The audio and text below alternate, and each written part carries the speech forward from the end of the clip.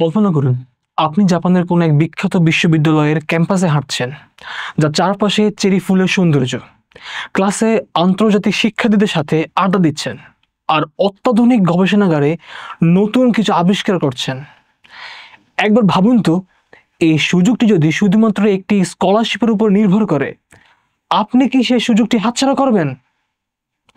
জাপানে স্কলারশিপ পাওয়া শুধুই ভাগ্যের ব্যাপার নয়, এটি একটি সঠিক পরিকল্পনা, সঠিক প্রস্তুতি এবং সঠিক কৌশলের ফলাফল। কিন্তু প্রশ্ন হলো, কোন কোন যোগ্যতা ও শর্তগুলো আপনাকে সেই কাঙ্ক্ষিত স্কলারশিপের কাছাকাছি নিয়ে যাবে? আজকে আমরা জানব আপনার স্বপ্ন বাস্তবায়নের জন্য কি কি করা দরকার, কিভাবে নিজেকে সবচেয়ে যোগ্য প্রার্থী হিসেবে তৈরি করবেন এবং কিভাবে এক কঠোর প্রতিযোগিতার মধ্যে থেকেও জয়ী হয়ে জাপানের পথে এগিয়ে যাবেন। প্রথমত, একাডেমিক রেজাল্ট অত্যন্ত গুরুত্বপূর্ণ। যেমন মেক্সের মতো স্কলারশিপগুলোর জন্য একটি স্ট্রং একাডেমিক রেজাল্ট থাকা আবশ্যক। স্নাতক পর্যায়ে আবেদনকারীদের অন্তত 80% সিজিপি থাকতে হয়, আর স্নাতকোত্তর পর্যায়ে বিশ্ববিদ্যালয়ে ভালো পারফরমেন্স ও গবেষণার অভিজ্ঞতা থাকতে হয়। কিছু স্কলারশিপের জন্য আপনাকে প্রথমে জাপানের কোনো একটি বিশ্ববিদ্যালয়ে ভর্তি হতে হবে, তারপর স্কলারশিপের জন্য আবেদন করতে হবে। এর মানে হলো, আপনার একাডেমিক ফলাফল শুধু স্কলারশিপ পাওয়ার জন্যই নয়, বরং বিশ্ববিদ্যালয়ে ভর্তি হওয়ার ক্ষেত্রেও গুরুত্বপূর্ণ ভূমিকা রাখে। তাই আপনার জন্য আগের ভাগেই এইসব যোগ্যতা যাচাই করে প্রস্তুতি নেওয়া জরুরি। এছাড়া জাপানে স্কলারশিপ পাওয়ার ক্ষেত্রে ল্যাঙ্গুয়েজ প্রফিসিয়েন্সি অন্যতম গুরুত্বপূর্ণ ফ্যাক্টর। ইংলিশ মিডিয়াম প্রোগ্রামগুলোর জন্য TOEFL-এ 90+ মার্কস অ্যান্ড IELTS-এ 5.5 থেকে 6.5+ স্কোর থাকতে হয়। জাপানিজ প্রোগ্রামের জন্য JLPT N2 বা N3 লেভেলের প্রফিসিয়েন্সি থাকতে হয়।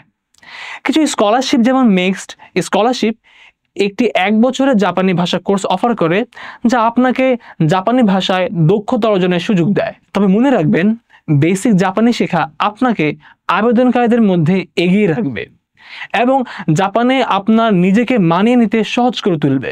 এখন কথা বলবো স্কলারশিপ পাওয়ার জন্য বয়সসীমার শর্ত নিয়ে। বয়সসীমার ক্ষেত্রে কিছু শর্ত থাকে, যেমন মিক্সড স্কলারশিপের জন্য স্নাতকোত্তর পর্যায়ে আবেদনকারীর বয়স 35 বছরের নিচে এবং স্নাতক ও স্পেশালাইজড ট্রেনিং প্রোগ্রামের জন্য 25 বছরের নিচে হতে হয়। কিছু বেসরকারি স্কলারশিপের এইরকম বয়সসীমা নাও থাকতে পারে, তবে বেশিরভাগ ক্ষেত্রেই অপেক্ষাকৃত কম বয়সীদের অগ্রাধিকার দেওয়া হয়। শুধু একাডেমিক যোগ্যতা নয়, মেডিকেল সার্টিফিকেটও গুরুত্বপূর্ণ।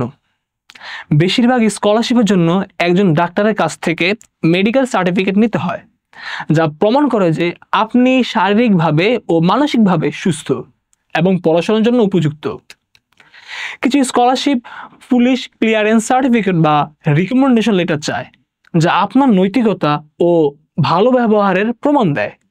যদি আপনার কোনো নেতৃত্বের অভিজ্ঞতা, স্বেচ্ছাসেবী কাজ বা কালচারাল এক্সচেঞ্জ প্রোগ্রামের অভিজ্ঞতা থাকে, তাহলে তা আপনার আবেদনকে আরও শক্তিশালী এবং আরও মজবুত করবে এবং আপনাকে অন্যদের থেকে আলাদা করে তুলবে।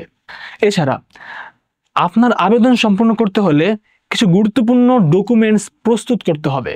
সাধারণত এগুলোর মধ্যে থাকে academic transcript, certificate, statement of purpose, SOP বা রিসার্চ প্রপোজাল, রিকমেন্ডেশন লেটার বা ভাষার দক্ষতার প্রমাণ, যেমন TOEFL, IELTS বা JLPT স্কোর, এবং পাসপোর্টের কপিও লাগে।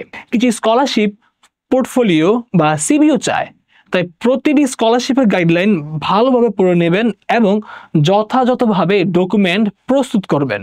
কিছু স্কলারশিপ শুধু মেধার ভিত্তিতে নয়, আর্থিক অবস্থার ভিত্তিতে প্রদান করা হয়। যেমন রোটারি ইউনিয়ন স্কলারশিপ এমন শিক্ষার্থীদের অগ্রাধিকার দেয় যাদের অর্থনৈতিকভাবে অসচ্ছলতা রয়েছে কিন্তু একাডেমিকভাবে মেধাবী। আবার কিছু কোম্পানি বা সংস্থা, বিশেষ করে সায়েন্স, টেকনোলজি, ইঞ্জিনিয়ারিং, ম্যাথমেটিক্স, ব্যবসা বা প্রযুক্তি নিয়ে পড়তে চাওয়া আগ্রহী শিক্ষার্থীদের জন্য স্কলারশিপ প্রদান করে। এছাড়া কিছু স্কলারশিপ নির্দিষ্ট দেশ বা অঞ্চলের জন্য সংরক্ষিত, তাই আবেদন করার আগে স্কলারশিপের ধরন, উদ্দেশ্য ও যোগ্যতা সম্পর্কে ভালোভাবে বুঝে নিজের আবেদন প্রস্তুত করা আপনার উচিত। জাপানে স্কলারশিপ পাওয়া শুধু যোগ্যতা পূরণের ব্যাপার নয়, এটি একটি সঠিক পরিকল্পনা ও পরিশ্রমের প্রতিফলন। প্রতিযোগিতা কঠিন হলেও যারা যথাযথ প্রস্তুতি নেয় তারা সফল হয়। তাহলে আপনি কি প্রস্তুত? আপনার জাপানে পড়াশোনার স্বপ্ন পূরণের যাত্রা শুরু হোক আজই। আজকের ভিডিও এই পর্যন্তই। সবাই ভালো থাকবেন। আসসালামু আলাইকুম।